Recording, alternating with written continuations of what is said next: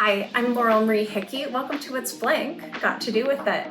Our What's Blank topic today is I'll think about money later. So what's I'll think about money later got to do with it?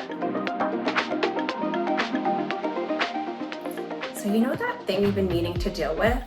Yeah, it's here. Hi. So picture this, it's Friday evening and you're finally sitting down. It's been a week. And you think of, oh, there's that little something that I was supposed to do or think about or said I would get to, but you pour yourself a cold beverage instead. I get it. Me too sometimes. When it comes to the discussion about sorting out our finances, it often becomes something that we're going to get to later. So we have this idea that later is a safe place to put things, that there is a future version of ourselves that will want to talk about money, that will have the energy to talk about money. She's adorable, but she does not exist. Not now, not in this present moment. And in this present moment, you might need to think about money now, not later. So here's the thing.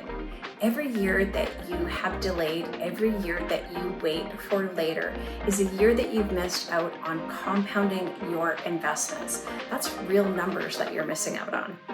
Time in the market is the one thing that money genuinely cannot buy you after the fact. You don't need a perfect plan. You really just need a starting point. So this right here, this is your starting point. So here's your permission slip. Enjoy the Prosecco, enjoy the glass of wine, maybe strawberry matcha, maybe a Diet Coke, whatever your favorite is. But the later, let's retire that one.